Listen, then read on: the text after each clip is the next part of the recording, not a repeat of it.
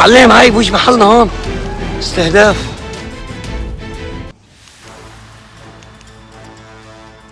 Melalui perundingan panjang dan alot yang dimediasi Pakistan, Amerika Serikat dan Iran akhirnya mencapai kesepakatan damai tentatif untuk mengakhiri perang yang telah berlangsung selama lebih dari 3 bulan.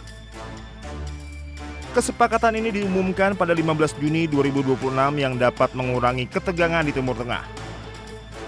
Dalam kesepakatan militer, Amerika Serikat dan Iran sepakat memberlakukan gencatan senjata permanen yang berlaku segera di seluruh medan pertempuran termasuk Lebanon. Namun gencatan senjata di Lebanon menjadi bagian yang paling sulit diwujudkan. Presiden Amerika Serikat Donald Trump kesulitan meyakinkan Perdana Menteri Israel Benyamin Netanyahu menghentikan operasi militernya di Lebanon. Pemerintah Israel secara tegas menyatakan kesepakatan damai Amerika Serikat dan Iran tidak mengikat mereka karena Israel bukan pihak dalam perjanjian tersebut. Netanyahu bahkan menegaskan operasi militer terhadap Hizbullah merupakan konflik terpisah dan akan terus dilanjutkan demi menjamin keamanan nasional Israel. Pasca gencatan senjata Amerika Serikat dan Iran, militer Israel kembali melancarkan rentetan serangan udara di beberapa wilayah di Lebanon Selatan. Pesawat-pesawat tempur Israel melancarkan serangan udara yang menargetkan wilayah Nabatiyeh, Ansariyeh, dan pinggiran timur kota Kfar Tebnit. Presiden Amerika Serikat Donald Trump yang berusaha mendorong tercapainya kesepakatan mengakhiri perang dengan Iran dinilai terganggu dengan keputusan Israel untuk tetap menyerang Lebanon dalam periode gencatan senjata.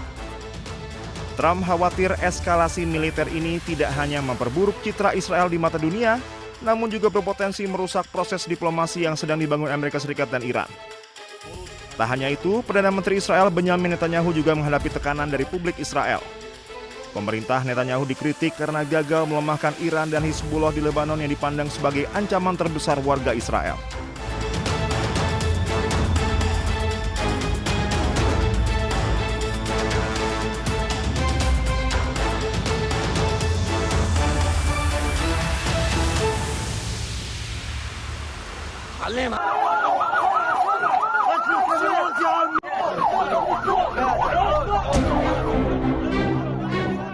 Dua warga Palestina tewas dan 6 lainnya terluka akibat serangan drone Israel di sebuah kawasan pantai di Khan Yunis, Gaza Selatan pada Rabu 17 Juni. Seluruh korban dievakuasi ke rumah sakit Nasser untuk mendapatkan perawatan medis. Serangan menghantam area pantai yang saat itu dipadati warga sipil. Banyak keluarga Palestina mengungsi di wilayah ini memanfaatkan pantai sebagai tempat berlindung dari cuaca panas serta kondisi kamp pengungsian yang semakin memburuk. Serangan ini menambah korban sipil di jalur Gaza. Kawasan pantai tersebut selama ini menjadi salah satu lokasi yang kerap didatangi warga yang kehilangan rumah akibat konflik dan tinggal di tenda-tenda pengungsian.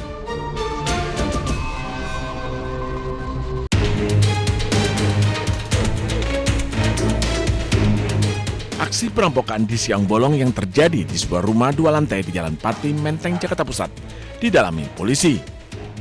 Penyelidikan dilakukan aparat gabungan dari Satreskrim Polres Metro Jakarta Pusat, Polsek Metro Menteng, dan Direktorat Kriminal Umum Polda Metro Jaya. Untuk bisa mengidentifikasi dan menangkap para pelaku, petugas memakai metode scientific investigation dan investasi ilmiah. Proses itu mencakup observasi, perumusan hipotesis, pengumpulan data terukur melalui eksperimen, analisis, dan penarikan kesimpulan berdasarkan bukti yang objektif. Menurut keterangan saksi Tami kepada petugas, pelaku perampokan berjumlah 2 orang yang masuk ke dalam rumah melalui atap. Berbekal senjata tajam, kedua pelaku kemudian melukai penghuni rumah Muhammad Haikal Azhar hingga terluka parah. Mendengar teriakan korban, saksi yang sedang berada di ruang kerja kemudian naik ke atas, tetapi mendapatkan ancaman senjata tajam dari para pelaku. Para pelaku memaksa korban untuk membuka brankas. Para pelaku kemudian menguras isi brankas berupa perhiasan dan kabur melalui pintu depan.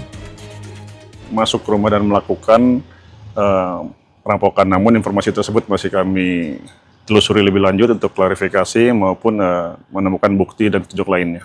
Masuk ke lewat, Pak? Informasi dari saksi itu dari lantai 2 atau dari atas, dari rooftopnya. Barang-barang yang hilang ada apa aja, Pak? Kurang lebih adalah emas dan perhiasan. Akibat aksi perampokan tersebut, korban harus dilarikan ke rumah sakit. Selama proses penyelidikan, rumah korban dipasangi garis polisi. Dari Jakarta, Rani Sanjaya, iNews melaporkan. Gendot Vervoning seterhat 1684 para prajurit dari Kepolisian Republik Indonesia maupun prajurit TNI.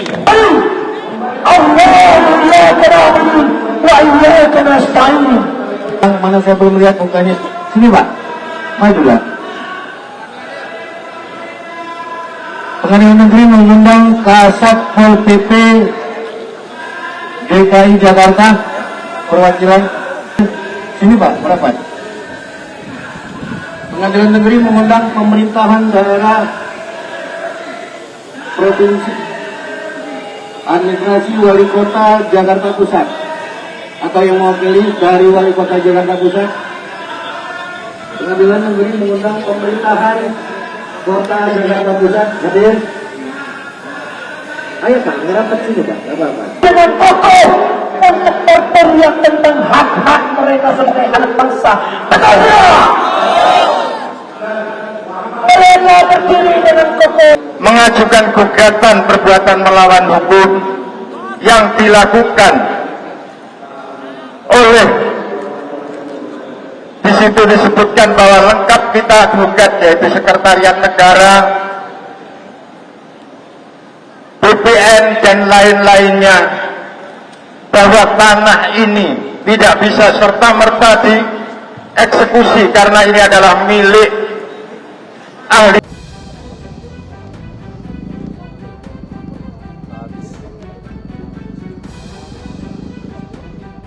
Kobaran api melalap sedikitnya 5 bangunan yang terdiri dari kantor dan mes milik perusahaan PT Agrinas Palma Nusantara yang berlokasi di Desa Sukarape Baru, Kabupaten Labuan Batu Utara, Sumatera Utara. Insiden pembakaran ini diduga menjadi buntut dari tewasnya seorang pria bernama Luis David Huta Barat, 32 tahun, yang diduga meninggal dunia akibat penganiayaan oleh oknum petugas pengawas dan keamanan PT Agrinas Palma Nusantara. Berikan edukasi bahwasanya peristiwa ini jangan melebar, jangan membesar, cukup kita selesaikan di peristiwa tadi malam, karena kami berkomitmen TNI dan Polri melakukan proses penegakan hukum secara jelas, tepat, terang, sehingga ada kepastian hukum terhadap pelaku yang mempertanggungjawabkan perbuatannya. Sementara itu terkait dugaan keterlibatan oknum TNI dalam peristiwa ini, Kepala Staf Kodim 0209 Labuan Batu, Mayor Infranti Sondang Hamonangan Tanjung menyerahkan dan mendukung adanya proses penegakan hukum jika ada anggota TNI yang terlibat. Kalau memang nanti dari dugaan itu terbukti, ya kita serahkan saja kepada proses hukum. Saat ini kan sedang didalami oleh pihak kepolisian. Kalau memang nanti ada keterlibatan oleh TNI, ini akan ada pelimpahan ke Subdenpom. Dan tadi malam juga kita sudah bekerja sama dari Kodim, Polres, dan Subdenpom untuk mendalami permasalahan ini. Untuk menjaga keamanan, pihak kepolisian dan TNI menerjunkan 20 ton personel untuk mengamankan lokasi. Dari Labuan Batu Utara, Sumatera Utara, Radi Kurniawan, iNews melaporkan.